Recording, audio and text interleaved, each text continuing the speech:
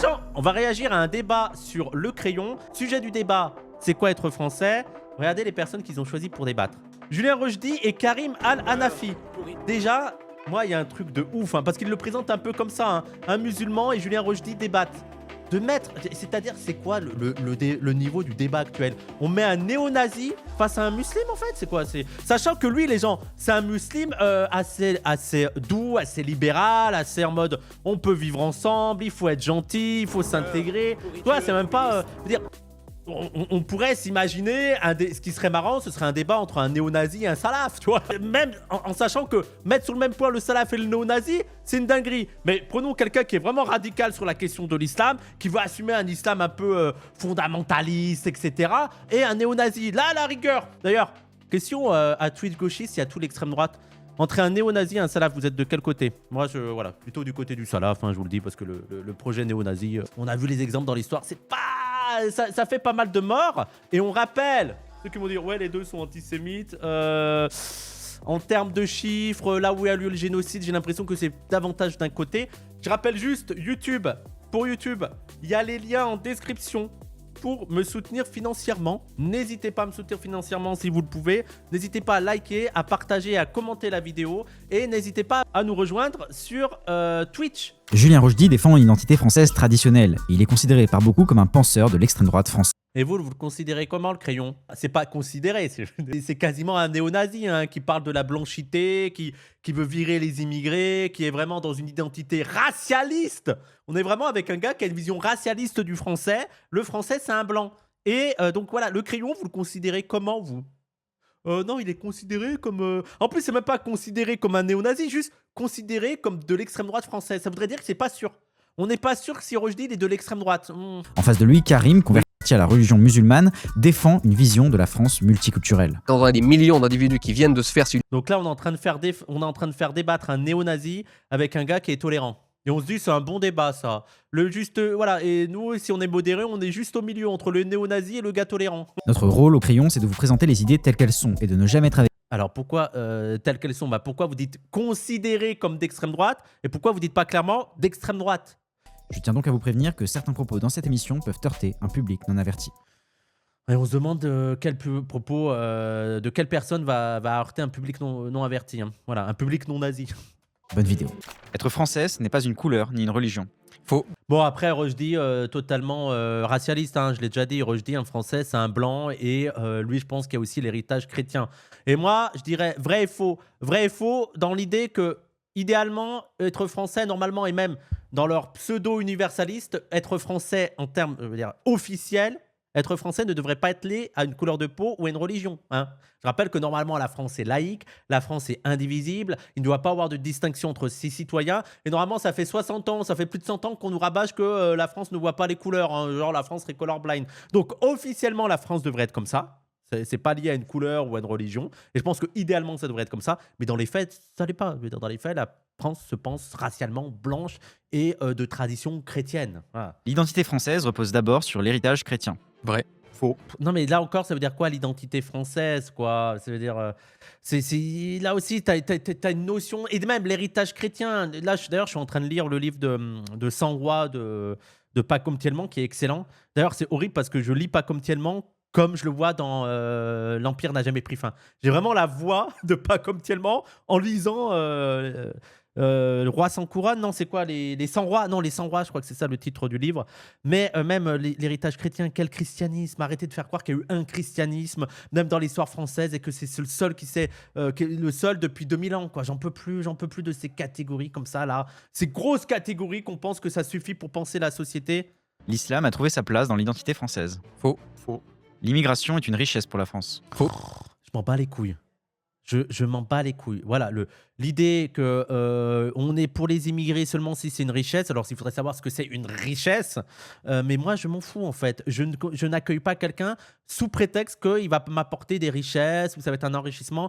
J'accueille quelqu'un dans l'esprit de solidarité et d'humanisme. Même si l'immigration était un coup, il faudrait accueillir les immigrés. Voilà. Vrai. Le métissage, c'est l'avenir. Faux. Vrai.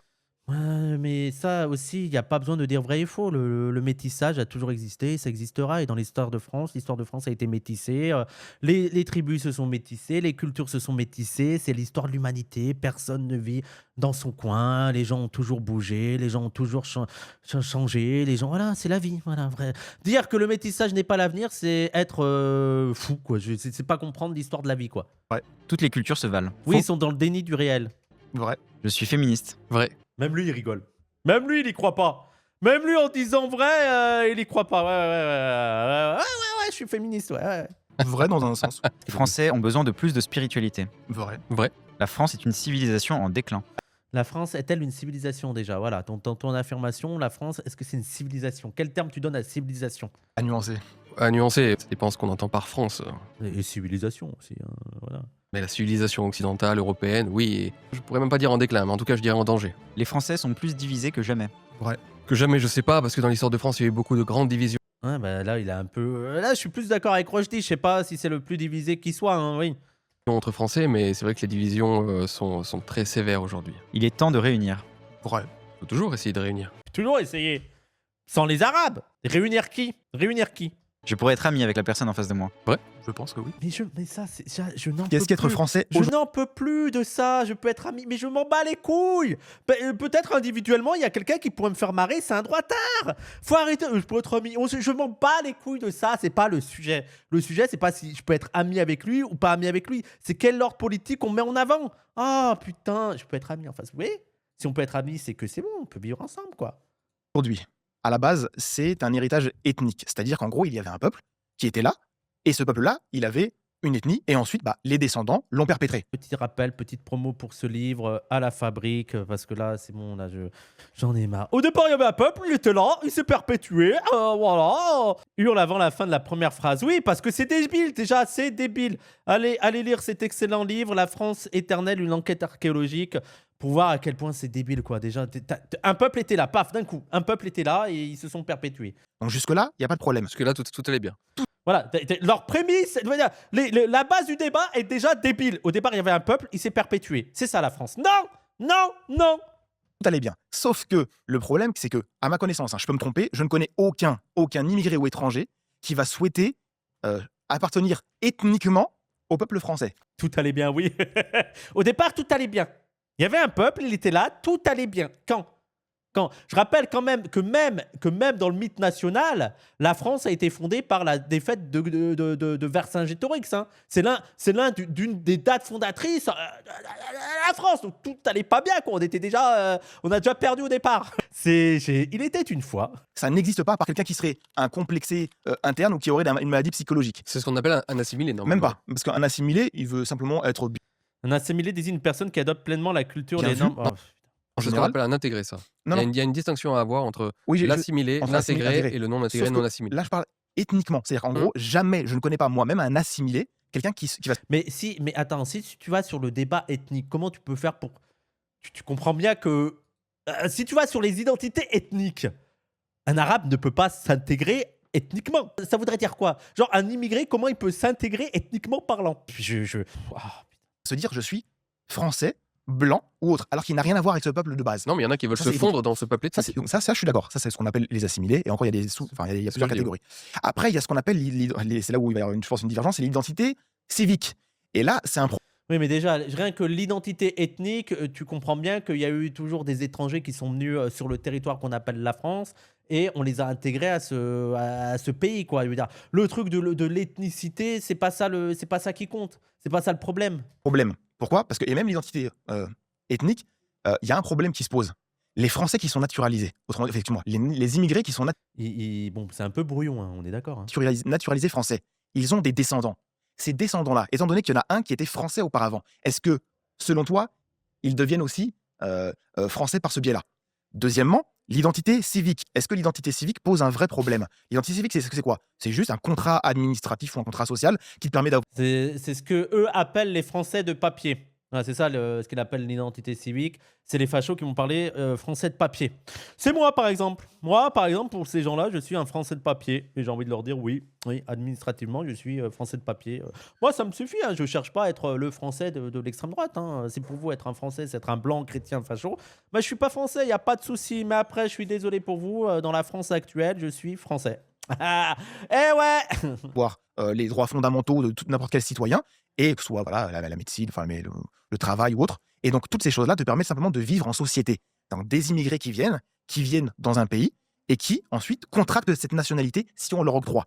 Qu'est-ce qui pose problème à cela? Dans l'Empire romain, qui est la base, pourquoi je reprends cet exemple-là? C'est parce que c'est la base du Nouveau Testament, qui est la pierre fondamentale sur laquelle la France, depuis Clovis et C'est quoi leur livre d'histoire? Moi, j'aimerais bien qu'ils m'expliquent c'est quoi leur référence historique et tout, là, mais c'est fatigant, quoi. Je n'en peux plus, là, je n'en peux plus. se sont bâtis. Le Nouveau Testament, ça foisonne d'exemples où la citoyenneté civile elle coopère avec la citoyenneté ethnique ou de naissance. C'est pour ça que je te dis qu'il y a un problème. Tu as le fait qu'il y a des gens qui sont nés avec une citoyenneté, des gens qui viennent avec la citoyenneté héritée, mais les deux ne posent aucun problème. Les deux sont des citoyens français, comme auparavant. Oui, donc en gros, lui, ce qu'il veut dire, c'est que tu sois de souche ou que tu sois pas de souche, tu peux être français et tu peux collaborer, tu peux vivre ensemble, quoi. Il n'y a pas qu'un seul moyen. En fait, l'idée pour lui, c'est qu'il n'y a pas que le sang qui compte, il y a aussi l'administratif, le papier, le fait d'être là, de vivre là et de travailler là, quoi. C'est voilà. Ouais. Ok. Avant des citoyens romains. Sinon, tu vas contre le Nouveau Testament. Je m'appelle Karim El. Je m'attendais pas à cette take. Faut que tu accueilles les immigrés, sinon tu es contre le Nouveau Testament. Tu es mi-souche, mi-papier. Oui. Oui, c'est vrai que je suis mi-souche, mi-papier, moi. Tu es véritablement... Attends, j'avais pas vu. Tu es véritablement un arbre, Wissam. J'avais pas vu. C'est pas mal, c'est pas mal. Hanifi. Il mélange Bible et contrat social. Il y a un lien avec Pecom Tielman un peu. Je suis donc chercheur et spécialisé dans le domaine interreligieux, c'est-à-dire le monde des religions comparées. Aujourd'hui, je suis là pour défendre, on va dire, une identité française multiple et civique au-delà de l'ethnique. Tu parles de l'Empire. Oui, lui, j'ai l'impression que son moyen de détourner le piège de l'extrême droite, de relier l'identité française au sang et à l'ethnie, ça serait de dire, mais non, mais il y a aussi... D'accord. Ce serait de dire, ok, je comprends l'extrême droite, je comprends, il y a le côté ethnique, le côté héritage, le sang, la diffusion et tout, il n'y a pas de souci, mais il y a aussi un autre moyen d'être français. Et c'est comme ça qu'on cohabite. En fait, il faudrait penser à une cohabitation entre les Français de souche d'extrême droite et les immigrés qui sont bosseurs et qui veulent s'intégrer à ce pays, quoi. L'Empire romain, c'est vrai que l'Empire romain, devenant totalement multiethnique de fait par ses différentes colonisations, Bien sûr. invasions du monde, a fini par donner la citoyenneté romaine à tout le monde, l'édit de Caracalla, c'est 212. Mais un peu comme la France alors dans ce cas-là. Mais alors, j'y viens, Parce qu'en fait, j'y viens. Je te laisse la parole, mais c'est juste pour te dire que c'est parce qu'on peut rebondir. Donc l'édit de Caracalla, c'est en 212 et donc ça a en gros donné la Citoyenneté nationalité romaine à tout le monde. Mhm. Mais là, vu le passé colonial français, Déjà, la comparaison de la France, je trouve que c'est anti-matérialiste. C'est débile pour moi de comparer la situation française d'aujourd'hui en 2026, la République française dans le monde actuel, dans la modernité occidentale, avec l'Empire de Rome en 212. C'est ça les comparaisons qu'on va faire. est-ce que justement tu rentres pas dans le même problème, à savoir que On y vient. la citoyenneté, On y vient, justement, on y elle vient. vient par ce colonialisme. J'y venais. D'abord, première chose, c'est que cet édit de Caracalla, cette citoyenneté romaine donnée à tous les Romains, a participé de la décadence de l'Empire romain. Donc déjà, Voilà l'analyse matérialiste des fachos, c'est à cause de ça on a donné la citoyenneté, donc c'est ça qui a fait l'effondrement de l'Empire romain. Là. Oh là là, je n'en peux plus. Hein, ils ont un facteur en tête, ils ont donné la nationalité, la citoyenneté, et à cause de ça l'Empire romain s'est effondré. J'ose pas imaginer les historiens qui travaillent sur tout ça et qui doivent écouter ces débats, ils doivent se tirer les cheveux, ils doivent péter un câble.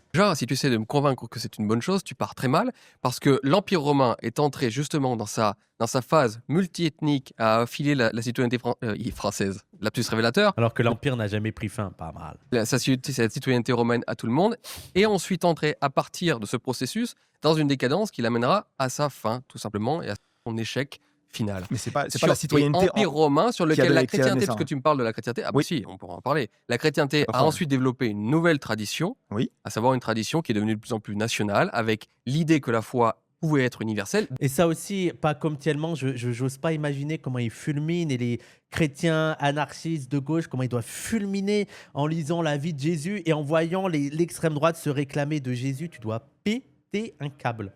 Je pense, heureusement qu'il a un côté très spirituel, très calme et très l'amour des autres, pas comme tellement.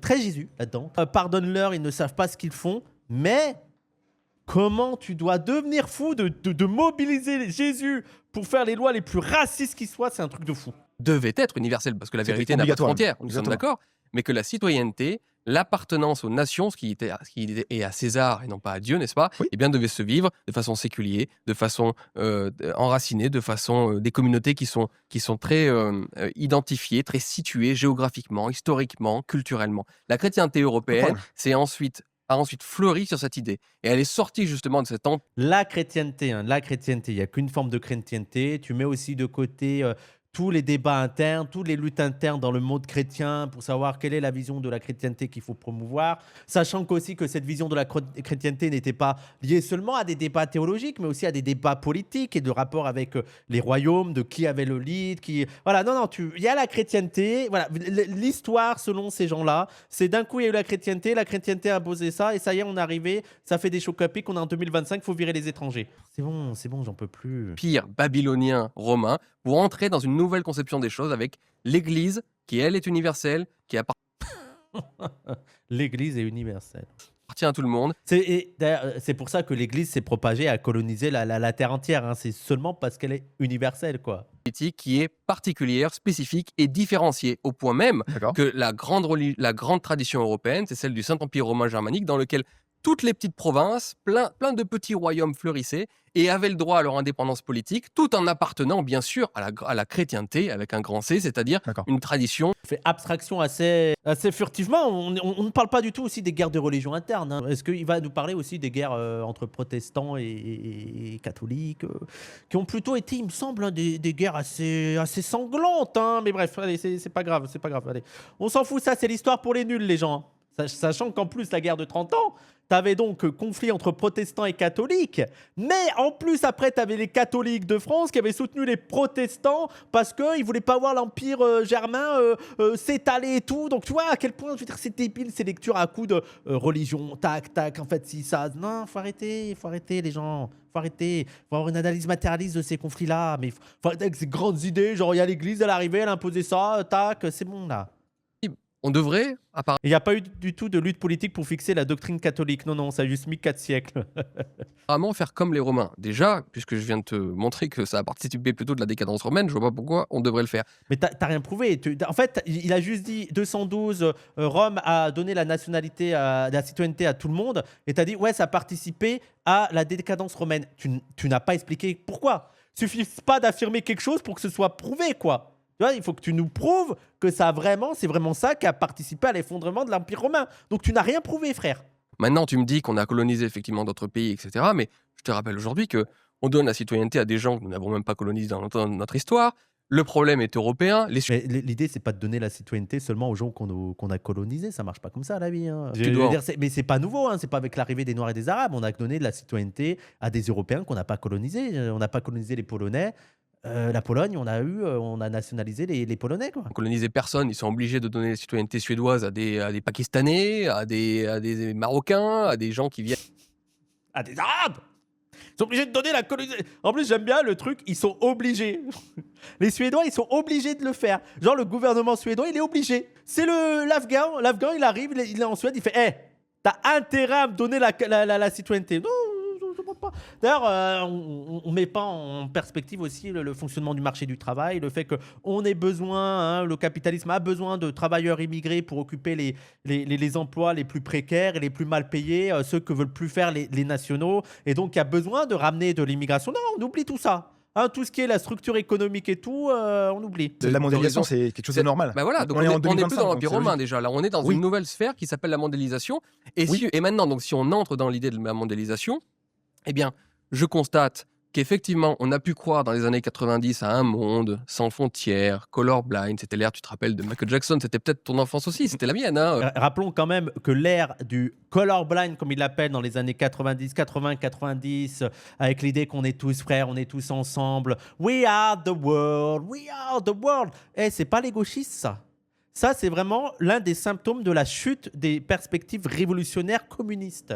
Comme l'idéal communiste, comme l'idéal d'un monde anticapitaliste a disparu, notamment avec la chute de l'URSS, la pleine puissance des États-Unis, il y a eu une disparition des luttes radicales et on est tombé dans l'associatif, quoi. Voilà, le militantisme révolutionnaire, ça a disparu. Les années 80-90, ça a été catastrophique pour les marxistes. Il y a eu plus, regarde, dans les universités, dans le militantisme, ça a disparu parce qu'on ne croyait plus à la perspective de renverser le capitalisme pour un monde plus égalitaire. Et on s'est réunis dans l'idée de l'association, quoi. Les restos du cœur, on va essayer d'aider un petit peu ces gens-là, on va essayer de compenser les manques de l'État social, voilà. Et allez, on est tous ensemble, en dehors de toutes ces inégalités, on va faire de la charité, voilà. Mais la charité, c'est pas de gauche, hein. C'est pas ça. Être de gauche, c'est pas être charitable. Être de gauche, c'est être solidaire. Être de gauche, c'est être égalitaire, mais pas être charitable.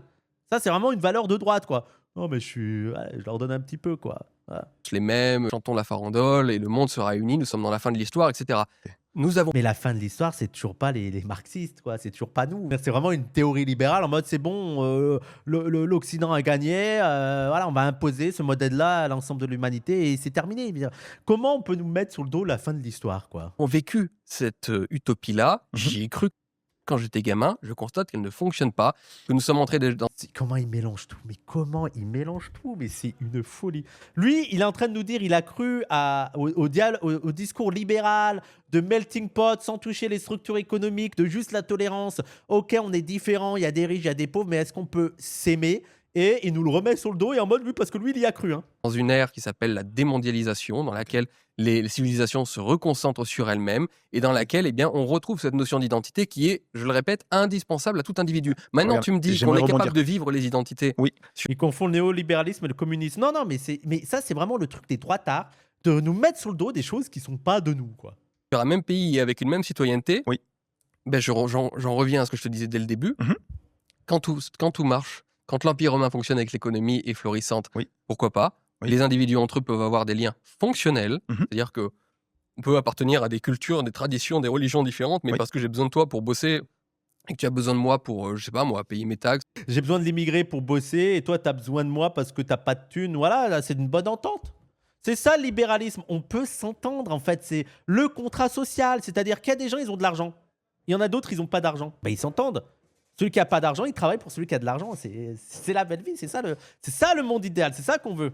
J'en sais rien. Oui, on peut trouver un modus vivendi. Mais le problème, c'est que dès que les choses vont mal, on retrouve nos familles, on retrouve nos communautés, on retrouve nos identités. Et c'est à ce moment-là que l'histoire s'aggrave. L'Empire romain, ensuite, lui-même, il s'est effondré. C'est pas par rapport à l'immigration. C'est juste qu'il y a eu tout un tas de facteurs qui ont amené à sa chute. Ouais. Tu comprends? Dont l'immigration. Mais ça, c'est un facteur parmi les autres. Mais les autres sont énormes.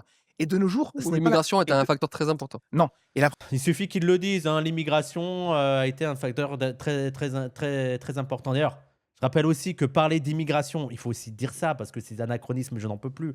Parler l'immigration dans le système capitaliste mondial actuel, ça n'a pas le même sens que de parler d'immigration dans l'Empire romain.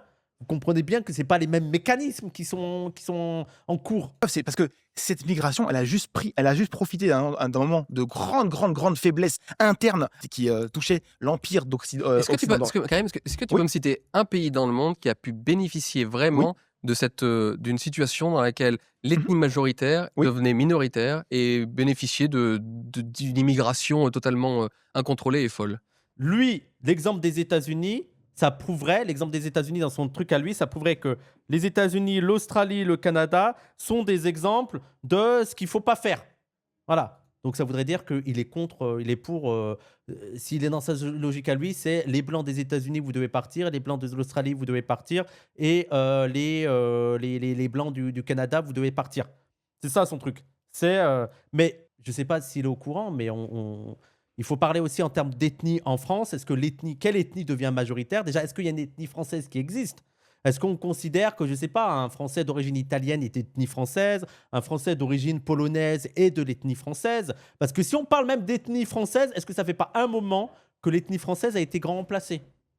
Indépendamment de la question des Arabes et des Noirs. Donc maintenant, pour eux, leur alternative, c'est de dire « Ah non, mais on ne parle pas d'ethnie française, on parle d'ethnie européenne. » Alors là, on est déjà dans une autre logique. Dans une autre logique qui n'est pas liée à l'histoire française. Parce que, voilà, va demander il y a 200 ans aux Français s'ils identifiaient comme Européens et pour eux, les Polonais, c'était leurs frères, les Anglais, c'était leurs frères. Je ne pense pas. Je ne pense pas, tu vois. Donc déjà, il y a un changement de paradigme dans la manière de concevoir cette problématique-là. Tu vois, de dire « Ah, mais maintenant, c'est plus l'ethnie française, c'est l'ethnie européenne. » Et en plus, on en vient maintenant à l'idée de, à partir de quand un noir ou un arabe qui vit en Europe depuis un certain temps, on peut le considérer comme européen.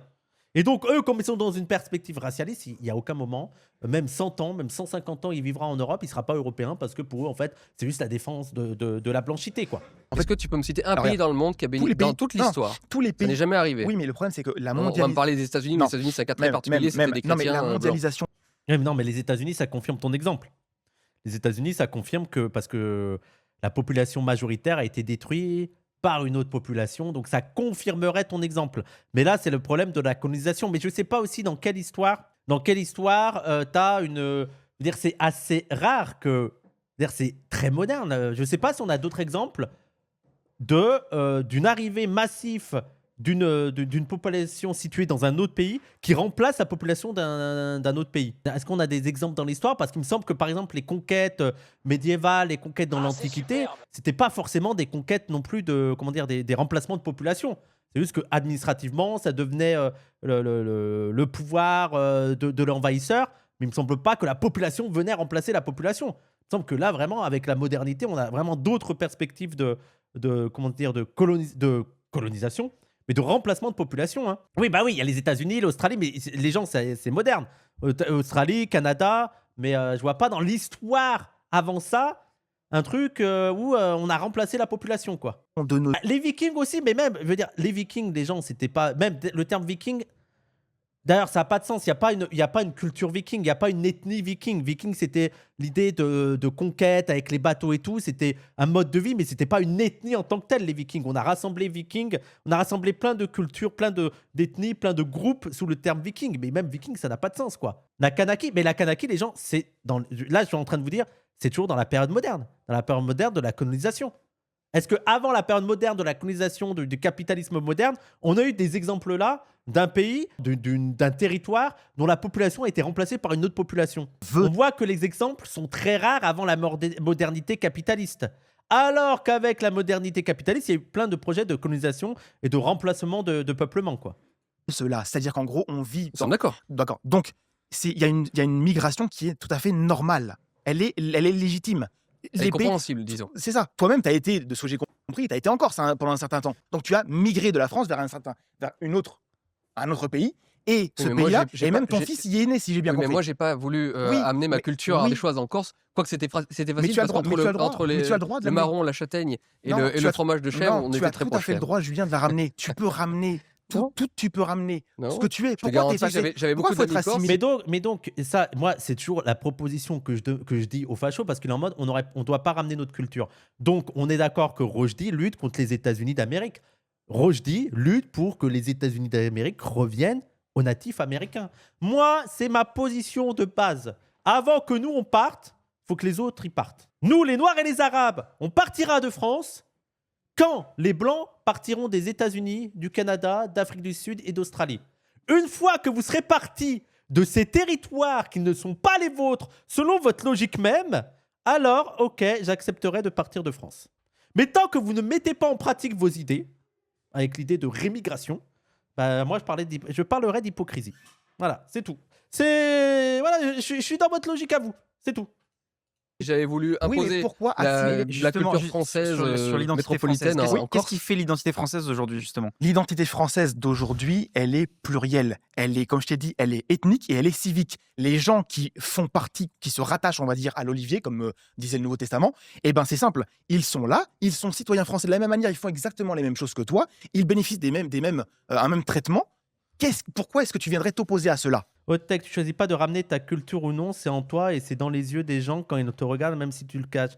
Mais surtout que oui, il y a personne, je veux dire, les Arabes viennent pas en France avec l'idée de on va leur imposer le couscous, quoi. Tu manges, tu manges ça, tu vis comme tu as vécu avant et voilà, quoi. C'est juste que c'est là. Il n'y a pas un projet politique de la part des immigrés d'imposer leur culture immigrée, quoi. Et sur la question de l'identité française, moi, il n'y a pas une identité française. Mais même, c'est ça aussi qu'il faut dire aux Français eux-mêmes. C'est-à-dire, on fait abstraction des immigrés. Faisons abstraction des Noirs et des Arabes. Il n'y a toujours pas une identité française. Il y a toujours des désaccords, il y a toujours une différente perspective selon la classe sociale, selon l'orientation idéologique, selon l'orientation de genre. Il y a différentes identités françaises qui sont contradictoires. Voilà. Je veux dire, il y a des anarchistes, il y a des révolutionnaires, il y a des conservateurs, il y a des athées, il y a des chrétiens, il y a des laïcs. Voilà, il n'y a pas une identité française, même en tant que français. Selon les régions aussi. Bien sûr, selon les régions. Non, mais voilà. Et je parle même pas des territoires d'outre-mer. Hein. Très simple. Non, mais ceux qui s'opposent déjà à ceux qui s'opposent à d'autres, c'est pas nous. Les Français ont été extrêmement accueillants, ils ont été extrêmement généreux. Oui. Ils ont donné la nationalité française, en veux-tu, en voilà. Ils n'ont même Vraiment, ils ont fait preuve de philanthropie, les Français. Ils n'étaient pas obligés. Hein. Ils n'étaient pas obligés d'avoir des travailleurs immigrés, de leur donner la nationalité. C'est vraiment la gentillesse des Français. On a abusé de la gentillesse des Français, je pense. pas cherché à imposer une culture. D'ailleurs, parce qu'on a abandonné la civilisation à partir des années 80. Et aujourd'hui, ce que je constate, c'est que dans bien des rues, dans bien des territoires, eh bien, Oui. c'est la culture des primo-arrivants, des derniers arrivants, on va dire, qui cherchent Non, moi, je suis pas un primo-arrivant. Hein. Il y a un moment donné, il faut peut-être changer le terme, quoi. à s'imposer, qui cherchent à convertir des gens à l'islam alors que l'islam n'a rien à voir avec la France, qui Donc, en gros, il faut pas que les gens se convertissent à l'islam en France parce que la France n'est pas musulmane. Oui, bon, tu vas pas interdire. Donc, les juifs n'ont pas le droit de convertir. Ah oui, on va me dire, les juifs n'essayent pas de convertir. Mais donc, les autres religions n'ont pas le droit de convertir. Il y a que les chrétiens qui. Il faudrait faire une règle que seuls les chrétiens ont le droit de convertir à la religion parce que la France est certes laïque, mais elle est surtout chrétienne, en fait. Donc, les musulmans, vous avez plus le droit d'essayer de convertir. cherchent qui transforment, de fait d'ailleurs, même sans avoir la volonté nécessairement, Ok. à la limite, là on peut s'entendre là-dessus. Ok. La masse fait que, eh bien, on s'assimile à la masse, question, on s'assimile question, Julien, aux par gens rapport à qui ce sont que tu viens de dire. majoritaires dans les Une quartiers. question très simple. Et donc, on assiste à une défrancisation qui, de moi, Ok. ne me plaît Ah, pas. donc, partons du principe que le problème dans les quartiers, c'est que la masse est immigrée et donc à cause de ça, les immigrés n'arrivent pas à se convertir à la France, à l'identité française. Et ben, moi, je te propose qu'on arrête de parquer les immigrés dans des quartiers paupérisés. Ah. Moi, tu mets des immigrés dans le 16e, voilà, on fait un melting pot, on mélange quoi, plutôt que moi, je serais pour hein, qu'on décloisonne ça et qu'on empêche de les mettre dans des quartiers paupérisés, sans service public et tout. Moi, je suis pour. Voilà. Pas parce Ok, que une chez moi, question- c'est la France. Une question très simple. Lorsque Jésus il est arrivé, il a eu des Après, c'est un imam, quoi. C'est un imam, mais je n'en peux plus. disciples. Il a eu les apôtres, il a eu des disciples. Ils ont envoyé l'évangile, comme dit Paul dans le Nouveau Testament. J'y reviens toujours parce que c'est la base. Mhm. Il a été entendu, donc de son temps, par quasiment le monde entier. C'est ce qu'il rapporte. Mhm. Donc, prêcher la religion divine selon son paradigme est une chose tout à fait normale d'après le Nouveau Testament. C'est-à-dire que tu ne serais pas chrétien s'il n'avait pas fait cela. Donc tu peux pas reprocher à des musulmans de faire la même chose dans un autre pays. Il a raison. La tech est légitime parce que Rushdie, il est en mode les musulmans n'ont pas propagé l'islam en France parce que la France est chrétienne. Si tu prends cette logique-là, Jésus n'aurait jamais dû faire aussi du prosélytisme, quoi. Si on prend ta logique à toi et tu n'aurais jamais été chrétien, la France n'aurait jamais été chrétienne. Oui, je comprends. Après, c'est vraiment d'essayer de prendre. Après, ça peut être une stratégie d'essayer de le prendre sur le terrain de la religion. Hein. Des gens finissent par se convertir à l'islam parce qu'ils sont portés par une gravité ethnique, parce qu'ils sont une gravitation ethnique, parce qu'ils sont dans des quartiers qui leur imposent de s'assimiler à la culture globale, il n'y a à la culture absolument majoritaire aucune qui est imposition. une si Moi, dans je plein de quartiers. me suis converti Et à toi, l'islam. tu as choisi peut-être volontairement de te Oui, défranciser bah voilà. spirituellement. De te défranciser spirituellement. De te défranciser spirituellement en étant musulman. Non. C'est Dans vrai. ta foi, c'est Oui, c'est un converti. Oui, c'est un converti, le gars. ton problème. De la même manière Maintenant, moi, que, ce de la je même vois, c'est manière que les gens dans du Nouveau l'histoire- Testament se sont dans l'histoire- déjudaïsés, ils sont dans- devenus chrétiens. Dans Tu comprends pas l'histoire, C'est la même chose. dans l'histoire, il y a eu des disputations Oui, religieuses normal. entre musulmans et catholiques. Les catholiques n'ont jamais craint cela, vraiment. Et c'était même les chefs, les rois de la disputation intellectuelle, théologique, Mais religieuse. ça, c'est ce que tu penses. Ce n'est pas Regarde, ce de qui se nos passe jours, aujourd'hui. même- Ce qui même se de passe nos aujourd'hui, jours. c'est une colonisation de peuplement. Et là, Il y nous a sommes pas de sur un colonisation de peuplement. mais bien sûr que si. Quand Non. on a des millions d'individus qui viennent de sphères civilisationnelles totalement différentes Oui. de celles qui les accueillent, Elle est très très bien la note. Je vais quand même faire un bon compliment à Quotidien, au crayon, parce que la note elle est très bien et parce que c'était sur le sujet, sur la contradiction que je voulais apporter à Rushdie. La note dit une colonisation de peuplement est une forme de colonisation dans laquelle l'objectif principal est d'implanter une population étrangère sur un territoire pour y vivre, exploiter les terres et y organiser la société selon les règles de la puissance colonisatrice. Parce que les droitards qui parlent de colonisation, genre l'immigration, c'est la colonisation. Déjà, ils parlent du principe qu'il y aura un objectif de la part des immigrés, je ne sais pas de la part de quel pays tout, mais bref, il y aura un objectif de la part des immigrés de coloniser le pays. Ce qui n'est pas l'objectif des immigrés. L'objectif des immigrés, c'est de trouver un emploi, d'avoir une situation plus stable, une situation préférable, mais il n'y a pas un objectif, et surtout par quel pays. Quel est le pays qui vient coloniser la France? Tu ne peux pas reprocher à des immigrés qui n'ont aucun lien entre eux, qui ne sont pas du tout organisés, qui ne sont pas dans des collectifs et qui n'ont pas un projet politique établi et affirmé de coloniser ce pays. Donc déjà, il y a cette différence principale.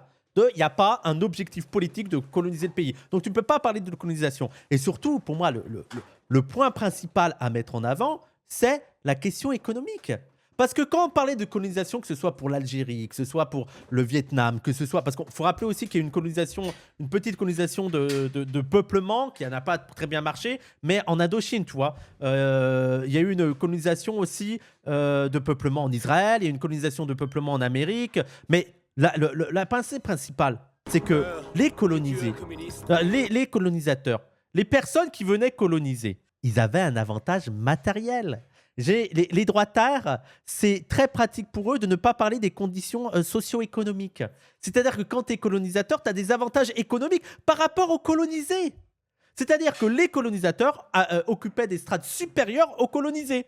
Ils arrivaient, ils avaient les richesses, ils avaient les meilleurs logements, ils avaient des avantages, voilà, ils avaient des terres. Et les avantages militaires, mais les avantages militaires leur permettaient d'imposer leur contrôle. Mais bref, le colonisateur avait une politique de peuplement et les gens qui venaient peupler ces territoires avaient des avantages économiques, politiques, sociologiques extrêmement importants.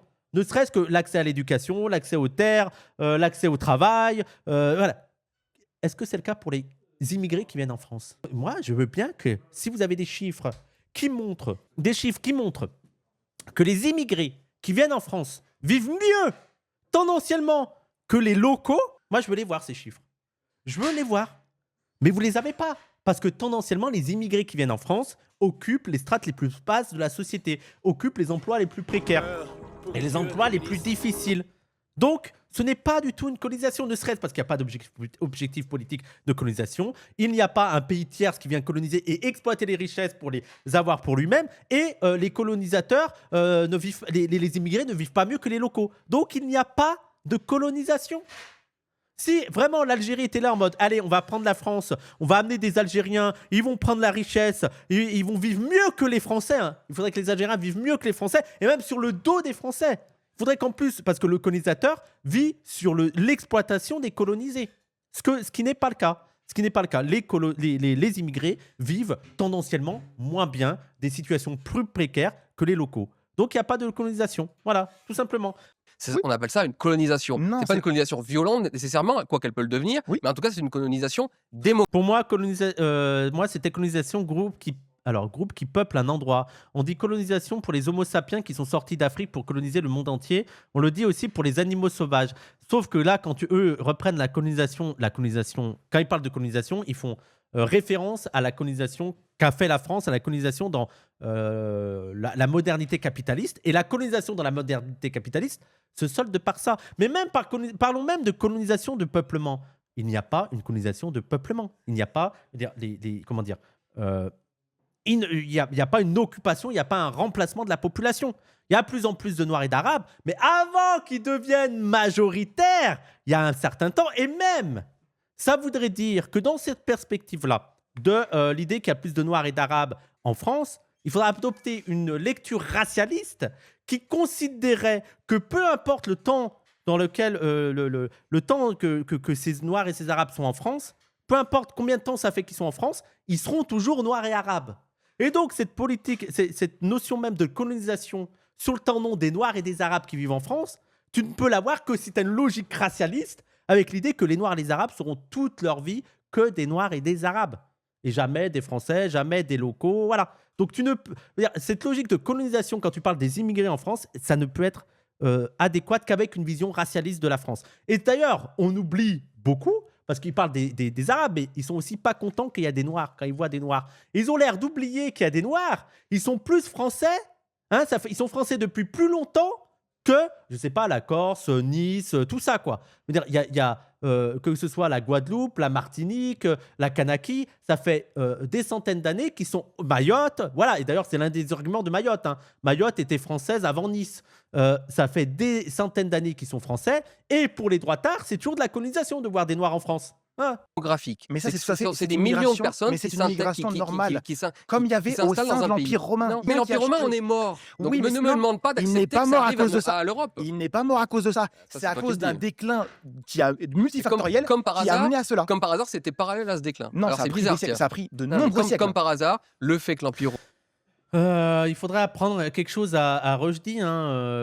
Corrélation n'est pas causalité. Voilà, c'est une des bases, Rushdie. Voilà. Oui. soit devenu beaucoup plus oriental et changé au niveau de sa population, les études génétiques le montrent, notamment en Italie, dans la botte italienne, on voit une population qui est originellement européenne, qui devient syrienne, qui devient... Waouh, mais il est même raciste sur l'Empire romain. En gros, même dans l'Empire romain, le problème, c'est vraiment qu'on a eu des orientaux. Genre, l'effondrement de l'Empire romain, c'est parce que c'était plus des Blancs, c'était des Syriens. Non, mais le niveau de racisme de ce gars, considéré... le Crayon n'a pas dit qu'il était d'extrême droite. Il a juste dit, bon, il y a des gens qui le considèrent d'extrême droite, voilà. berbère un petit peu, qui change. C'est normal, c'est Oui, les c'est changements normal. normaux, en Et fait. comme par hasard, le Rome devient extrêmement faible et disparaît. Comme par hasard. Ouais. Oui, je sais que les historiens vont parler des conditions climatiques, économiques, des conquêtes, des empires concurrents et tout, mais comme par hasard, il y a eu plus d'Arabes en fait. Comme par hasard. Ça n'a rien à voir le fait qu'il y ait plus de voilà quoi. Voilà. C'est juste un hasard. Mais c'est parce que c'est multifactoriel. Pour toi, il n'y a pas de la rapport. Il y a- Pour moi, il y en a. Non, Faut qu'on passe à la suite. Il y a un point que j'aurais voulu souligner dans le débat. Très souvent, un peu partout, et même Julien, il pointe les immigrés comme posant un problème en France. Mais si on réfléchit un petit peu, ce ne sont pas les immigrés qui ont posé problème. Pourquoi ? Parce que les immigrés sont là depuis plusieurs générations. Et je pense que tout le monde sera d'accord pour dire que les anciens n'ont jamais posé de Frère, déjà à l'époque avec les anciens immigrés, les fachos disaient que les immigrés posent problème. Faut partir de ce point-là. Les fachos ont toujours trouvé que les immigrés posent problème. On va être d'accord pour que... Si, pour Rushdie, posait problème à l'époque. Pour les héritiers, pour les prédécesseurs de Rushdie, les immigrés posaient problème. Tu crois que les Arabes en France, ils n'ont pas vécu du racisme dans les années 60-70 ? Ah là là, je n'en peux plus. problème. C'est un problème français. Ce n'est plus un problème d'immigrés. Pourquoi ? Parce que ce sont les descendants d'immigrés naturalisés qui sont devenus français par le droit du sol, qui ensuite ont commencé une partie en tout cas, a commencé à virer depuis 40 ans. Et on a commencé à avoir des gros problèmes sociétals par rapport à eux. Oh, c'est la pire take. Oh non, mais c'est juste une minorité de maintenant qu'on a des problèmes avec eux. Mais avant, les immigrés, ils posaient pas problème. Voilà, faut rappeler qu'avant, ils posaient pas problème. Pas par rapport aux anciens et aux immigrés de base. Moi, j'ai vécu une enfance très multiculturelle. C'est-à-dire que mes meilleurs amis, c'était des Africains, c'était des Arabes. J'étais invité à manger le couscous dans la petite cité de ma petite ville. Ah bah voilà ce que vous avez donné, les gars. Voilà, vous avez voulu être gentil avec le petit Julien. Voilà ce qu'il est devenu là. Voilà. Et j'étais le français. Et pour le moindre truc, quand on était à la fête foraine, dès qu'il y avait un concours, quelque chose, allez, le français contre l'arabe, etc. Et eux étaient extrêmement communautaires, extrêmement tribaux, extrêmement racialistes même, à renvoyer toujours à leurs origines. Et donc, tu as décidé de le devenir toi-même. Tu as décidé, eux, ils étaient racialistes. C'est moi qui vais être racialiste. C'est moi, les blancs. On va être blancs. J'étais là, mais encore une fois, tout le monde il est beau, tout le monde il est égaux. Il n'y a plus de français, il n'y a plus rien. On est tous citoyens. Oui, bien sûr. Oui. Non, mais non, les Français, les blancs ne parlaient pas d'arabe, de noir. Non. Non, bien sûr que non. C'était que les noirs et les arabes qui parlaient en termes de noir et d'arabe. Moi, dans ma vie, au lycée, traînant avec les blancs, j'étais pas l'arabe. Non, bien sûr que non.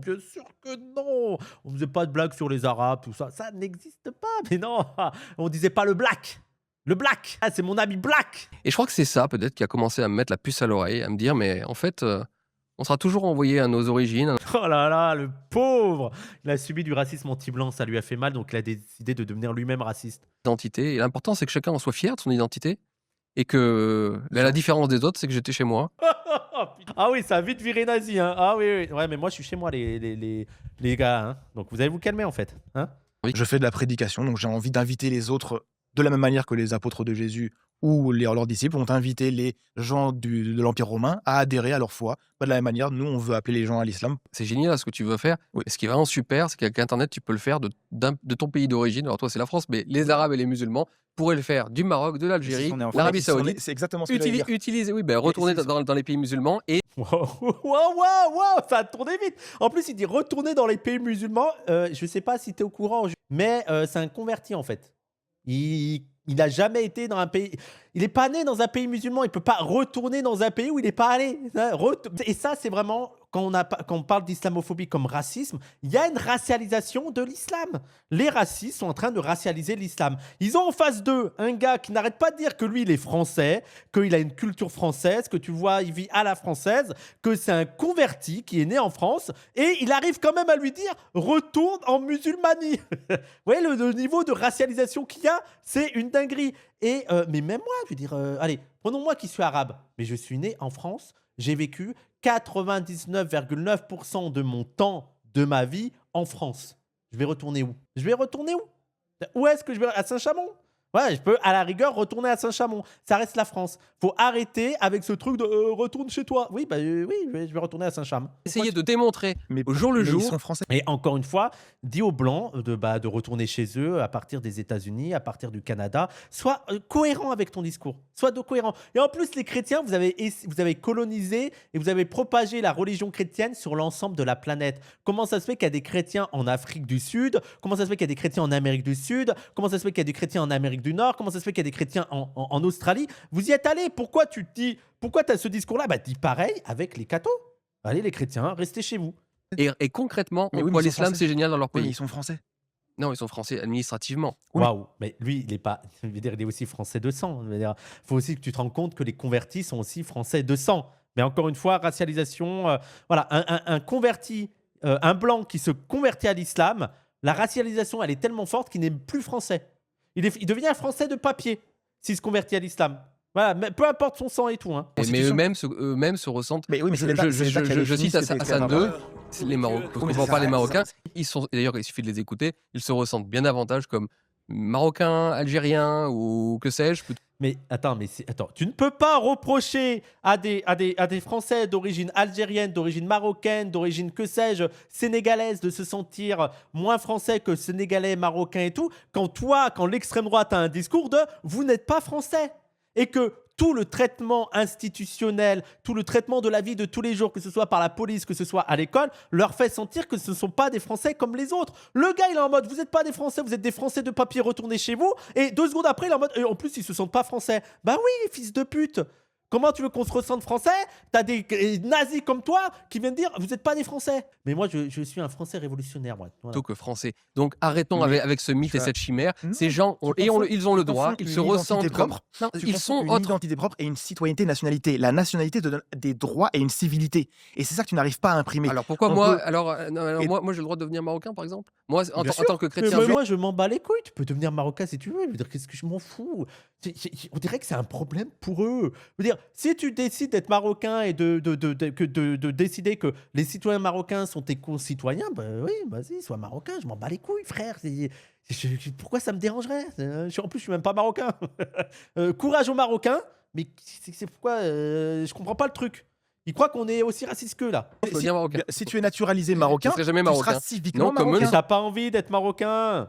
T'as pas envie d'aller vivre au Maroc et tout. Arrête. La France s'est construite depuis la République sur l'idée que la nationalité est une notion civique parce qu'effectivement, elle pouvait se le permettre dans un état des choses où il n'y avait pas de différentes communautés ethnico-culturelles et religieuses. Oui, la France de la République était une et indivisible. Quoi. Il n'y avait pas d'étrangers, il n'y avait pas d'immigrés. Il y avait une unité nationale. Mais il faut arrêter avec ça. Faut arrêter. D'ailleurs, je rappelle que pendant la Révolution française, il y avait seulement 10% de la population qui parlait français. Je ne sais même pas s'ils se sentaient français et tout. Je veux dire, faut rappeler ça. Il n'y avait pas une unité nationale. Hein. Il n'y avait pas d'unité nationale. Et en plus, il y avait des distinctions de classe extrêmement fortes. Il faut arrêter de faire croire qu'il y avait une unité nationale. Là, la République a dû créer ce mythe de la France unie et a dû bâtir cette unité nationale, notamment, on le rappelle, Rochdy, en ayant une politique extrêmement agressive et violente à l'égard des différences régionales. Voilà. Allez, vous allez arrêter de parler de votre langue locale. Vous allez vite parler français, là. Mon cher seront Karim, toujours français. faites vos prédications de pays musulmans. Montrez les Mais non, parce rues, que je suis montrez français. comment ça se passe. Alors, oui, Je le toi, fais ici. t'es Et collégionnaire, à la d'ailleurs, limite, on t'accepte. et d'ailleurs, si mais tu tous les veux, autres, je non. peux t'inviter. Là, et en fait, là, comme il sait qu'il est un peu perdu dans le débat, qu'il dit n'importe quoi, il a décidé juste d'être raciste. Et je rappelle qu'après cette émission, Le Crayon s'est dit, plutôt que de le caractériser comme d'extrême droite, de dire, bon, bah, c'est un penseur d'extrême droite, parce qu'il a tous les atouts du penseur d'extrême droite, Le Crayon a préféré dire, il est considéré par certains comme un penseur d'extrême droite. C'est-à-dire que c'est une hypothèse. C'est pas sûr. On peut pas. Le Crayon ne pouvait pas dire objectivement qu'il était d'extrême droite. Ils étaient obligés de prendre des pincettes et de se dire, oula, il a l'air d'être considéré par certains comme d'extrême droite. Voilà, ils ont le droit. Ou au Toi, panthéisme, t'as le droit. par exemple, Toi, pour t'es toi. un Gaulois de souche, t'as le droit de te convertir à l'islam, mais essayer de nous convaincre, tu convaincras pas grand monde. Mais moi, ce que je ne veux pas, c'est des gens qui viennent de pays étrangers et qui cherchent à nous convertir. Eux, Quand tu vois l'histoire de la France, c'est quand même assez ahurissant. Donc ça veut dire qu'ils condamnent la colonisation française, quoi. Ils condamnent le passé français. On est d'accord. Ils condamnent ça. Et je rappelle que Julien Rochdy, comment ça se fait que le christianisme s'est propagé en Amérique du Sud ou en Amérique du Nord? Qu'est-ce qui s'est passé en fait? Voilà.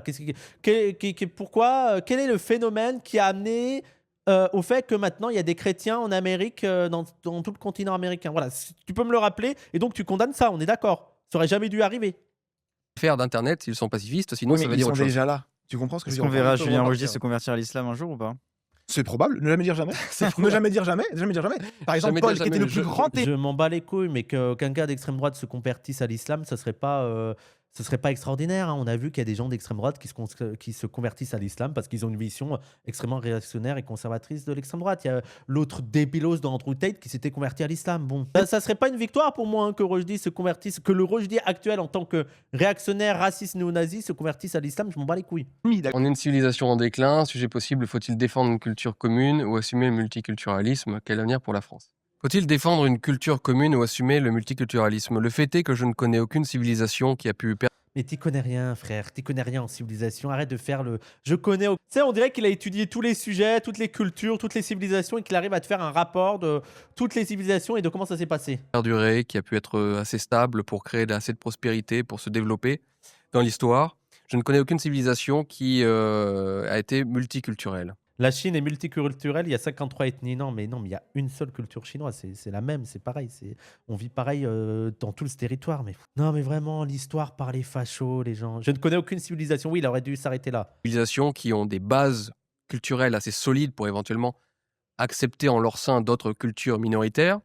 Mais jamais une civilisation n'a Il n'y a prospéré qu'une sur seule des bases multiculturelles, ça n'existe pas. Toute société multiculturelle est une société qui finit toujours par être une société multiconflictuelle. Et c'est normal parce que ce qui rapproche les hommes, Ouais. C'est la- Ça, c'est encore une analyse facho. On se moque des analyses structurelles.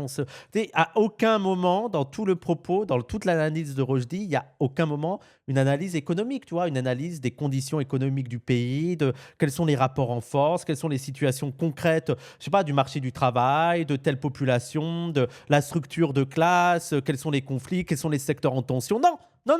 C'est en fait, on a mis des gens, ils sont différents, et comme ils sont différents, ils ne se sont pas entendus parce qu'en fait, pour s'entendre, il faut être pareil. Voilà. Et avant l'immigration, la France, c'était un territoire de paix. C'était un territoire de paix. Il n'y avait pas de guerre en France, en Europe et tout avant. On est d'accord que les guerres et tout, c'est venu après. C'est venu avec le multiculturel.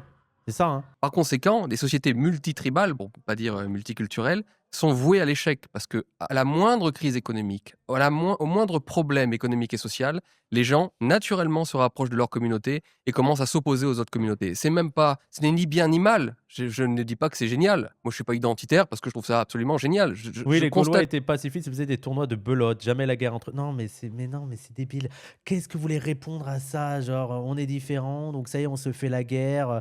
Voilà l'analyse de l'extrême droite. C'est bon, ça me fatigue, ça me fatigue. C'est la même depuis des années, des années. C'est toujours le même point de vue culturaliste, avec une vision essentialiste du passé, comme si la France avant était une culture commune et que les Arabes et les Noirs sont venus bouleverser cette culture. Ce n'est pas vrai. Aucune analyse de classe. Il y a pas. Je veux dire, chez Rushdie, il y a pas, il y a jamais, et ça c'est vraiment l'extrême droite, jamais la question de. Il y a des possédants, il y a des possédés, il y a des exploiteurs, il y a des exploités. Jamais ça ne vient en avant. Vraiment, le truc du fascisme, c'est quand il y a une crise économique, c'est de mettre la focale sur « Oh, il y a des différences culturelles ». Mais c'est l'intérêt des fascistes de ne jamais mettre en avant ces différences économiques. Cette question de « il y a des capitalistes qui gagnent des millions, il y a des exploités ». Non. Et de convaincre les exploités que le problème, c'est pas qu'ils sont exploités par des gens qui gagnent des milliards, peu importe les crises. Non, c'est de dire « Ah, la différence culturelle ». C'est les Noirs et les Arabes. Hein. C'est le propre du fascisme de vous dévier des combats de classe, de vous dévier de ces rapports de force de là, de vous dévier des questions de qui possède quoi, comment sont partagées les richesses, qui décide de comment sont produites les richesses. Non. Il n'y a jamais la question de la production, jamais de la question économique. Non, juste des différences culturelles. J'ai peur pour ma propre communauté culturelle, ethnoculturelle, parce que je sais que, encore une fois, si nous sommes sur un même territoire avec des communautés différentes, nous avons bien des chances un jour d'être opposés. Mais d'ailleurs, il dit que les différences culturelles, ça devient un problème quand il y a des crises économiques. Mais donc le problème, c'est les crises économiques. Donc plutôt que de virer les Noirs et les Arabes, peut-être que ce serait important de voir qu'est-ce qui provoque ces crises économiques.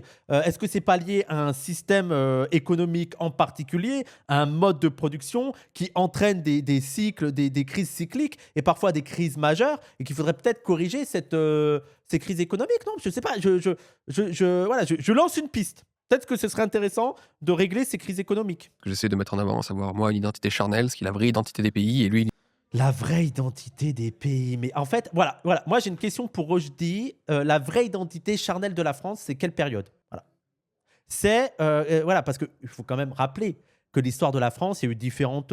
il y a eu tellement de contextes, de contextes politiques, économiques, structurels, idéologiques différents, que la France de l'an 1000, c'est pas la France de l'an 1500, c'est pas la France de l'an 2000, c'est pas la France de l'an 1960. Quelle est l'identité parfaite de la France? C'est quelle époque? C'est quelle date? C'est quelle période? Même, allez, une période de 50 ans. C'est quoi l'identité parfaite de la France, s'il te plaît? L'identité charnelle. On peut dire, ah, ça c'est la France. Ça c'est la France. Parce que je rappelle que tu ramènes un Français de l'an 1800 et tu le ramènes en l'an 1950, avant les grands mouvements d'immigration, ce n'est plus la France pour lui. Ce n'est plus la même France. Voilà, donc explique-moi s'il te plaît. Pendant la Révolution française, il y avait seulement 10% de la population française qui parlait français, tu vois. Même si tu parles de culture commune, parce qu'ils sont beaucoup sur la culture commune pour faire nation, alors avant la Révolution française, il n'y avait pas de nation française, parce qu'il n'y avait pas de langue commune. Hein, je vous balance ça là. Il n'y avait pas de nation française selon vos critères à vous, qu'il faut avoir une culture commune, une langue commune, tout ça. Tu demandais aux nobles s'ils se sentaient proches des paysans, des pécores et tout, je crois qu'ils te diraient ah non, on ne fait pas partie de la même espèce, on ne fait pas partie de la même race, hein. Nous, on est les nobles. D'ailleurs, race était d'abord liée à les questions d'hérédité de nobles, d'aristocratie, pour se distinguer des paysans et tout. Hein. Demande à un noble de l'an 1700 s'il se sentait frère avec le paysan, là. Je crois pas.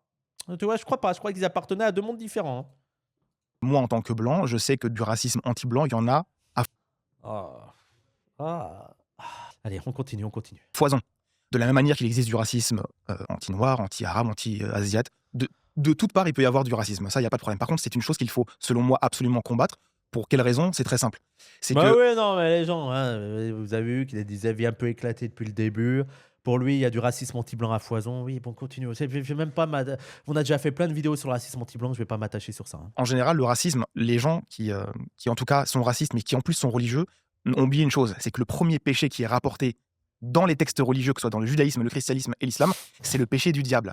Et son péché a justement été le racisme. Il se pensait supérieur à Adam dans son aspect créationnel et ne comprenait pas pourquoi Dieu privilégiait l'un par rapport à l'autre. Donc une personne qui est raciste va forcément, sans même le savoir, rentrer dans le péché du diable. Et je comprends entièrement, mais si on va sur des bases religieuses, Oui. pourquoi pas rappeler l'épisode que l'on partage en tant que catholique et vous en tant que musulman, qui est l'épisode de l'Ancien Testament de la Tour de Babel. Oui. Dieu lui-même a voulu que les hommes se divisent en différentes nations, en différentes langues, en différents pays. Dieu l'a voulu. Les hommes à cette époque étaient tous unis à vouloir, dans une fierté complètement mal placée et une hybris, comme on dirait chez les Grecs. Bah, ça va plutôt dans notre sens, non? Dieu a voulu qu'on soit différents et qu'on accepte nos différences, quoi. Je comprends pas en quoi ça irait dans le sens des fachos qui rêvent d'une unicité. Ouais. Donc le multiculturalisme est une façon finalement de reconstruire la tour de Babel, c'est-à-dire des sociétés babyloniennes dans Bah non, tu peux toujours dire on est une société commune avec différentes identités. Je comprends pas le truc. lesquelles les communautés sont toutes plus ou moins mélangées, métisses, et en réalité, pas très longtemps, parce qu'en réalité, comme je vous l'ai dit au tout début, eh bien en réalité, très vite opposées. Alors, pas Peut-être vraiment. ça commence par du métissage et ça finit par la guerre. D'accord. Et Dieu lui-même, C'est trop chelou cette manière de lire les choses. Moi, je trouve ça assez. C'est très bizarre, je trouve. dans sa grande sagesse, si je vais sur votre terrain, a voulu que les hommes soient divisés en nations. Alors pourquoi aujourd'hui détruire ces nations par du multiculturalisme? En fait, non. C'est-à-dire que oui, certes, Donc déjà, attends, bon, il faut pas confondre les États-nations actuels avec le concept de nation il y a 2000 ans. Est-ce qu'on peut arrêter les anachronismes, s'il vous plaît? Est-ce qu'on peut reprendre les termes et les situer dans leur contexte d'énonciation? Nation d'il y a 2000 ans, ce n'est pas pareil que État-nation d'aujourd'hui. Faut arrêter ça. il y a eu l'épisode de Babel, mais il faut pas oublier que dans le D'ailleurs, là, on est en train de, lui, il est en train de te dire, il peut avoir une nation avec plein de cultures différentes. Donc je vois pas en quoi ça contredit l'idée que vous êtes Dieu a voulu des nations différentes. Il dit bah oui, on est des nations différentes et on peut vivre au sein d'une même société et cohabiter. Coran, il est indiqué aussi que Dieu a créé les Oui, accepterais-tu un débat avec Rochdi? Mais moi, c'est la réponse que je dis à chaque fois. Ça dépend du thème et ça dépend de l'endroit. Je vais pas dire ça comme manière abstraite. Oui, je débat avec Rochdi. Il faut qu'on soit d'accord sur l'endroit où on débat et sur le thème sur lequel on débat et aussi sur le temps de parole qu'on aura. Et aussi qui a le contrôle après sur le montage. Tu vois? Qui monte le truc, comment tu le montes. Faut des conditions. en différentes tribus, en différents peuples, pour qu'ils s'entreconnaissent. Donc, c'est pas forcément fait. pour s'entrechoquer et autres, mais c'est pour s'entreconnaître. Et l'entreconnaissance aussi passe par justement les migrations qui existent et qui ont toujours existé. Et au sein d'un peuple ou d'un territoire, on peut avoir différentes religions, différents Karim, aspects culturels qui vont se Karim, rejoindre. je vois dans un où but. tu veux en venir. Oui. Mais là, si tu veux, pour moi, tu tombes dans un piège. Parce que Oui. regarde, est-ce que tu penses vraiment, en Oui. toute sincérité, Ouais. que les gens se connaissent mieux aujourd'hui, connaissent mieux les cultures de l'autre, à une époque où on est tous apparemment mélangés, mais en fait extrêmement divisés parce qu'on est en rivalité sur des espaces Oui. géographiques clos et qui, eh bien, ne Alors attention, les rivalités, il va jamais dire qu'il y a des rivalités de classe. Hein. Jamais. Jamais, jamais, jamais. Les seules rivalités dont Rochdi parle, c'est les rivalités culturelles. Voilà. Il y a des cultures différentes et en fait, on se bat entre nous à cause des cultures. sont pas faits pour être unis parce que, encore une fois, nous avons besoin d'être dans nos tribus ethnico-culturelles. Mhm. Est-ce que tu penses vraiment qu'il y a aujourd'hui plus de On a besoin d'être dans notre culture. Non, mais connaissances interculturelles qu'il y en avait par exemple au Oui, bien 19e sûr. siècle entre les nations? Oui, bien Il y avait sûr. beaucoup plus de chercheurs, beaucoup Mhm. plus de savants, beaucoup plus d'aventuriers même qui allaient Oui. découvrir les cultures des autres plutôt qu'aujourd'hui où en fait ah bon? Il y avait plus d'échanges. Je sais pas, peut-être. Hein, ça me paraît un peu. J'ai l'impression que tu voyages beaucoup plus facilement dans d'autres pays et tout. Je sais pas. Même Internet permet un mélange, une connaissance et tout. Mais bon, peut-être que. Non, mais là, il est en train de nous dire qu'il y avait 10 aventuriers qui arrivaient à écrire des livres, des bourgeois qui arrivaient à écrire des livres et tout. Donc maintenant, non. Maintenant, on connaît moins l'autre.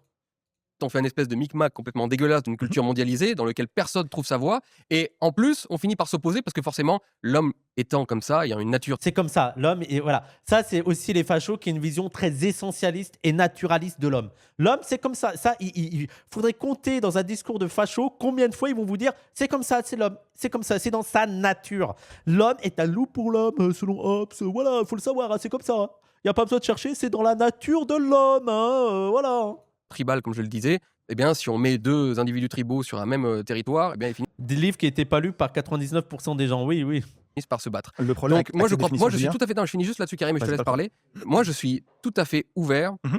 au dialogue interreligieux. Je suis tout à fait Bien sûr. ouvert au dialogue interculturel. Je suis quelqu'un qui Mais par chacun chez soi. nature est très curieux, Mhm. vraiment curieux des cultures. J'adore voyager, j'adore découvrir. Si vraiment j'allais vivre en Afrique, dans les pays arabes, je serais le premier à m'intéresser à la culture d'origine. Oui, je c'est te, très je bien. te jure, ça Ouais, vraiment. c'est Et d'ailleurs, je très le bien. fais. Je m'intéresse. Mais j'y crois, tu restes un facho. Je veux dire, les fachos peuvent être curieux des autres cultures. Tu sais, les colonialistes, ceux qui ont justifié la colonisation, tous ceux même qui ont des théories racistes, on va dire, non, mais c'est très marrant, vos cultures de sauvages. Hein. Ah, j'adore m'intéresser aux cultures de sauvages, sauf que notre culture, elle est supérieure. Mais je suis pas surpris s'il y a des fachos qui peuvent être curieux des cultures primitives, hein, comme ils disent. Hein. passe beaucoup à la question de l'islam. Bien Et tout, sûr. c'est des sujets qui me passionnent. Ok. Moi, je ne suis pas islamophobe, je suis islamo-différent. C'est-à-dire que je pense que c'est vraiment différent de l'Europe et du christianisme. Ok. Mais je suis pas du tout islamophobe, pas du tout, vraiment. Ok. Il y en a dans mon camp qui sont islamophobes, c'est pas mon cas. Mais justement, je trouve que l'on perd cette capacité à s'ouvrir à l'autre. Il est juste suprémaciste blanc, il n'est pas islamophobe, donc ça va. Ah, ouais, il est suprémaciste blanc. Quand tout même on disparaît. C'est là que Je suis islamo-différent, mais vous savez qu'il y en a un d'autre qui parle de ça. Non, mais je suis... Non, c'est pas ce qui veut dire... Il y a aussi islamo-indifférent. Et notamment, je ne sais pas si vous connaissez Vincent Renoir. Donc Vincent Renoir, qui a d'ailleurs été condamné cet été pour négationnisme. Vincent Renoir, qui est un négationniste affirmé. C'est-à-dire que c'est un néo-nazi, un négationniste affirmé. Il fait pas, il assume, il nie la Shoah, il nie les crimes nazis. Et sur la... Oui, il existe toujours lui, et il a été condamné là cet été parce qu'il a quand même un petit succès sur Internet dans le microcosme de l'extrême droite. Et lui, il va se dire, ah non, mais moi je suis pas antisémite, hein.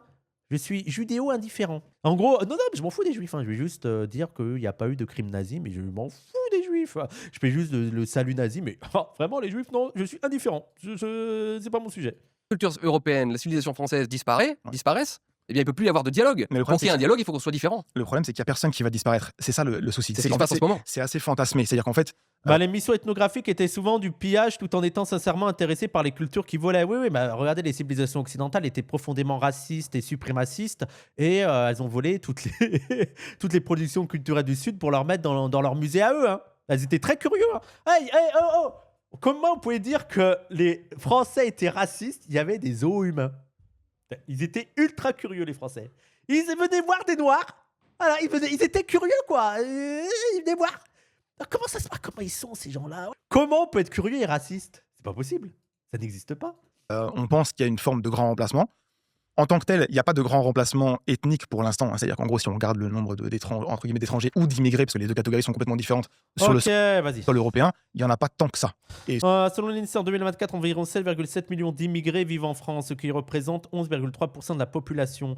Parmi eux, 6,6 millions sont des étrangers, soit C'est à peu près le 8,8% de la population. Mais ça, je n'en peux plus de cet argumentaire, parce que les fachos ont dépassé ça. Veut dire, moi, qui ne suis pas un immigré, qui suis né en France, ils vont me considérer comme immigré.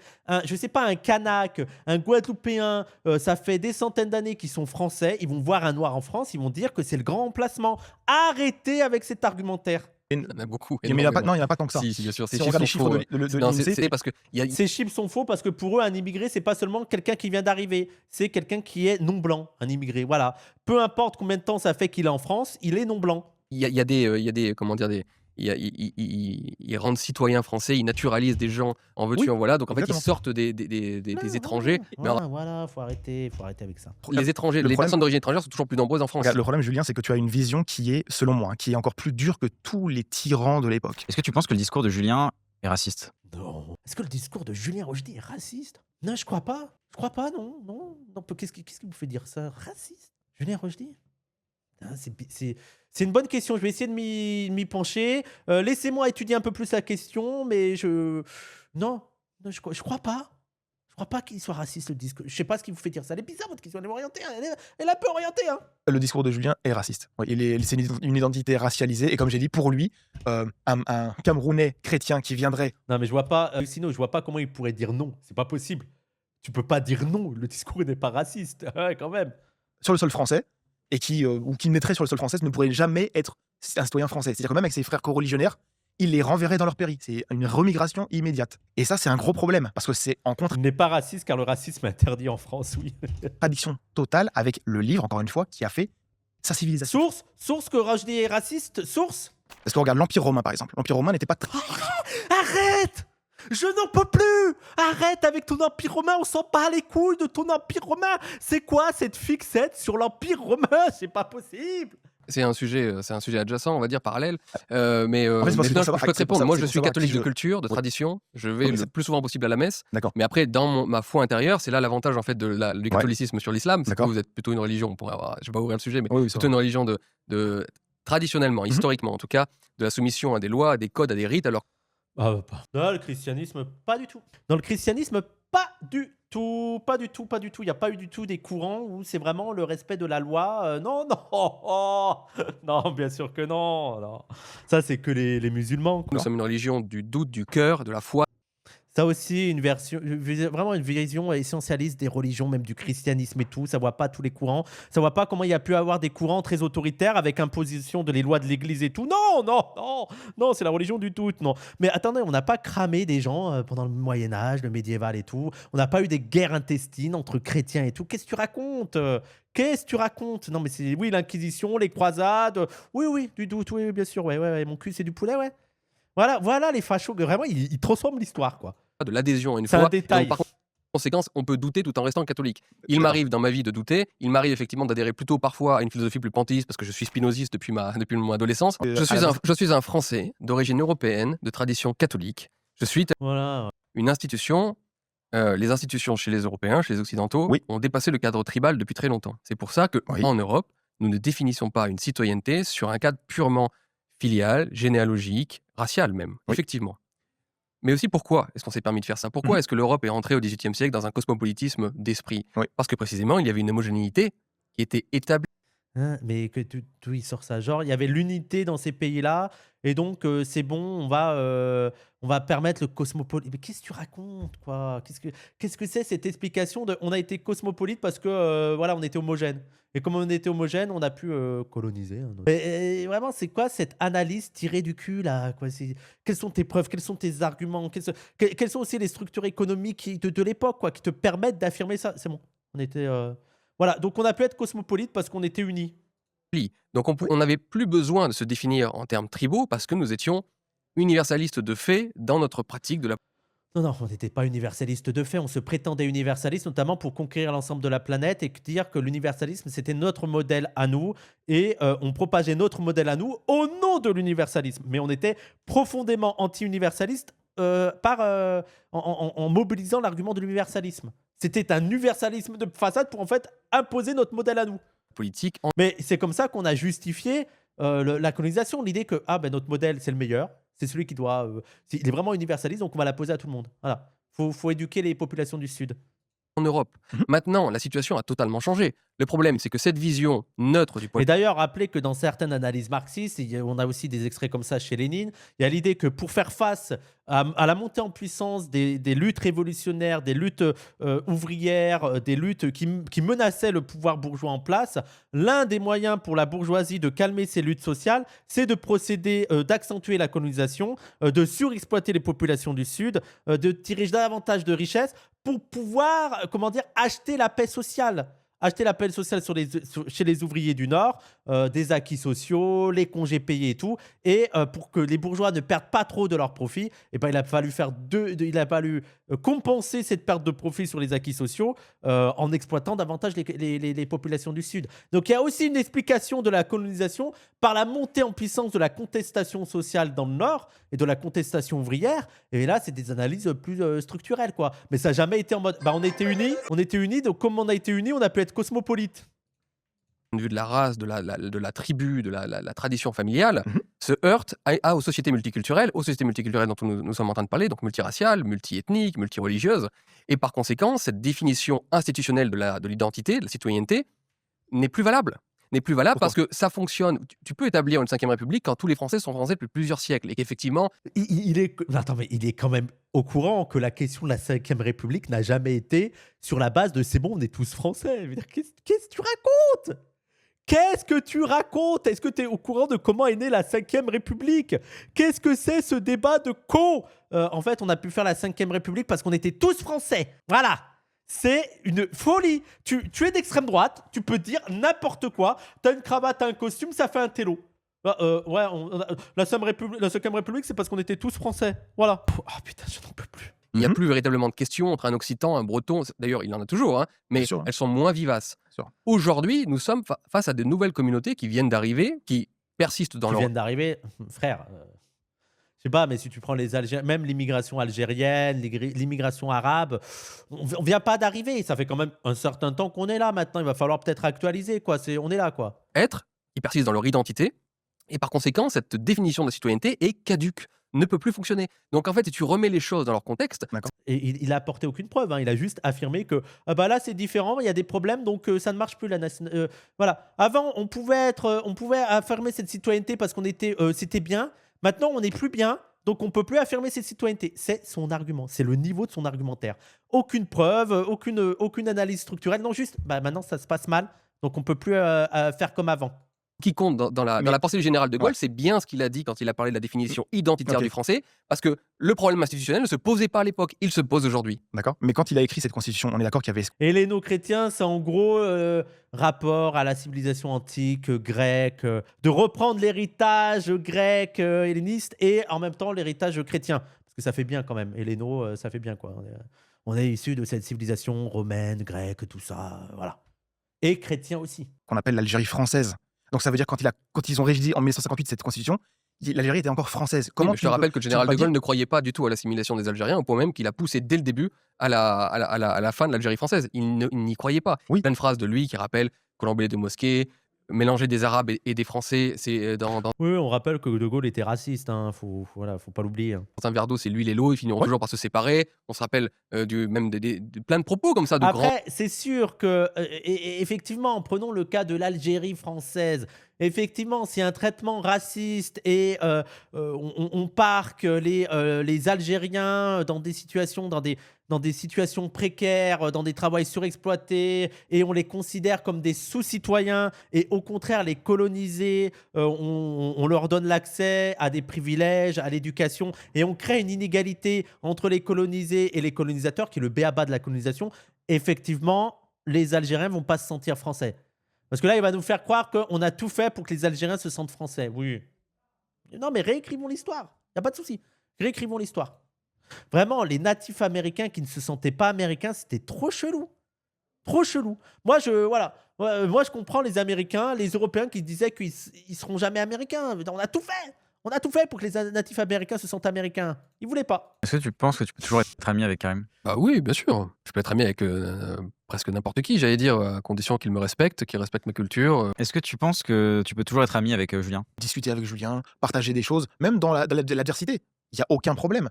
Maintenant, d'amicalité, ça va être compliqué. Parce qu'en fait, un ami, généralement, on doit être soudé, main dans la main, s'entraider, etc. On pourrait le faire à des fins humaines. Mais par contre, au-delà, ce serait compliqué. Pourquoi? Parce qu'on ne partage vraiment pas les mêmes valeurs, ni la même vision sur tout un Que tas dit le Nouveau Testament là-dessus? de points qui fait que, déjà, comme j'ai dit, être ami avec, pour moi, quelqu'un qui fait dans le racial, c'est être ami avec le diable. Dans quel sens? Oh, il a pas tort. Il a pas tort, je pense qu'il a raison là-dessus. Comme je l'ai rappelé tout à l'heure, c'est le premier péché dans son propre livre qui est ramené. Dans le livre du Siracide, encore une fois, au chapitre 2 et au verset 24. C'est comme ça que le diable est tombé, a fait tomber l'être humain. Donc, si je rentre dans l'amicalité avec le diable... Oui, bon, tu vas pas être ami avec Rochdi, super, c'est génial, c'est une question de con, on s'en fout. Le pouvoir de l'amitié va pas nous sauver du fascisme. Moi, je ne veux pas être ami avec Rochdi, je m'en bats les couilles, c'est quoi cette question de con? On débat pendant 1 heure avec un gars qui est en face de moi et en train de dire les Arabes ne peuvent pas être français et c'est à cause des Arabes que l'Empire romain s'est effondré, les Arabes rentrez chez vous, et ta question finale c'est... Oui, Sam, tu penses que tu pourrais être ami avec Rochdi? Mais va bien niquer ta mère, c'est quoi cette question de fils de pute? Genre, si vous recevez un nazi qui vient de dire les juifs, bon, ça va se casser, sinon il va falloir prendre des solutions, vous allez demander aux juifs, tu penses que tu peux être ami avec Himmler? Dis-moi, petit juif, tu as pensé à être ami? Et en plus, là-dedans, ce qui est dingue, c'est que, ah bah, vous avez vu Rochdi, il est sympa.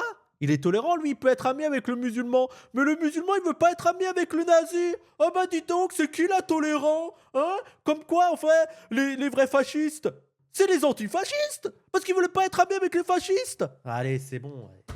L'Empire égyptien effondré, les Byzantins, les Grecs, Troie est tombé à cause de l'ancêtre de Wissam. Oui. Mais en fait, c'est une tradition qu'on essaye de perpétuer de génération en génération. Nous, les Arabes, c'est de faire effondrer les autres empires. En fait, on essaie de faire grossir l'empire arabo-musulman. Et la stratégie, c'est toujours d'envoyer des gens comme moi, voilà, d'envoyer des gens dans d'autres pays, dans d'autres empires pour les faire s'effondrer. Voilà. Et donc, c'est ce qu'on essaye de faire en ce moment même avec l'empire, la civilisation euro-chrétienne. Et je pense qu'on est bien parti. Hein. On est bien parti. Après, le problème, c'est que j'ai l'impression que c'est Trump qui va finir l'Europe avant nous. Mais vous ne le savez pas, mais en fait, Trump est un agent des frères musulmans.